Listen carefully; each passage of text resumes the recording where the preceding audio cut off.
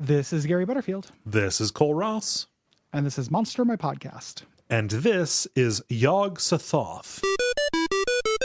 There's a monster in my podcast. It's a biggie, baby. Yeah, big one. I don't know that I need mechanics around Yog-Sothoth.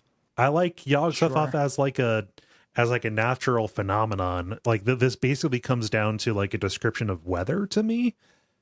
Sure. Yeah. That's Yog-Sothoth for you. Like, he's not quite Azathoth, but oh, baby. Oh, boy. He might be. Oh, man. Yeah. Yeah, he's got some Azathothness to him. He's the gate and the key. Mm-hmm.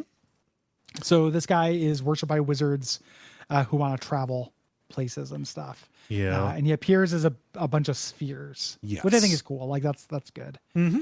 100 yards across and other times a half mile or more. Yeah. And connected to like flying saucer mythology and stuff like that. Yeah.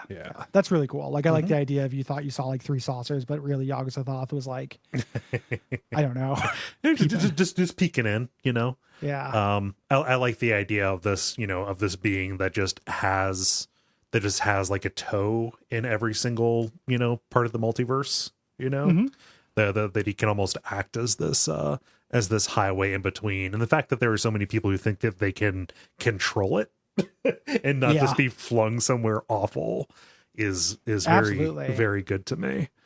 Yeah. If we end up in some capacity on the network covering Providence, there's some really good Yog-Sothoth content in regards to the Dunwich Horror. Ooh, nice. The Dunwich Horror issue is really good.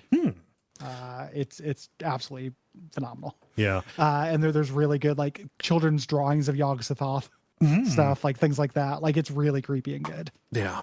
I've got a question for you as somebody who knows a little bit more about some of the fiction around some of these. What is the Sound and Light Club?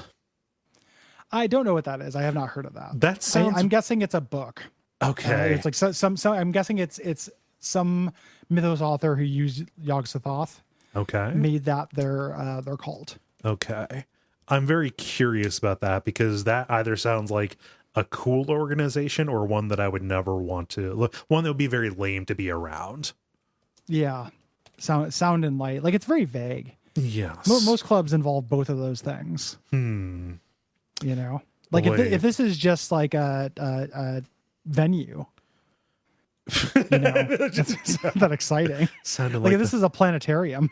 Yeah, I'm doing a search for Yog-Sothoth plus Sound and Light Club, and occasionally like Google, I understand that they're getting, it's constantly growing, but just the idea that I could do a search for Yog-Sothoth, the Sound and Light Club, and it just assumes and throws back entries that are just, just Yog-Sothoth, and then it says not included Sound and Light Club. Oh, you mean the majority of my search? Okay. Yeah. We just assumed you weren't serious. Yeah. No. Like this was a joke Google search. Yeah. Do you remember in Google, I'm feeling lucky? Yeah.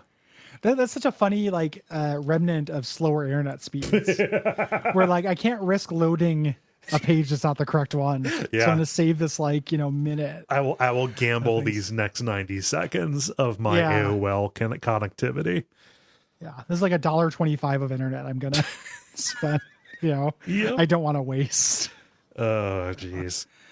When you fight him, I wish he just teleported you places. Instead, he corrodes you and then belches up silvery fluid or fire. Yeah. And we learn a lot about what fire does because we are live, but we don't actually know what the silvery fluid is, or other than this, that it hurts.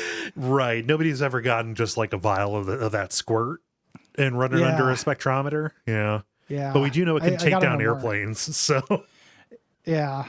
This is like the loose change god. Brought to you by our backers at patreon.com/Duckfeed.tv.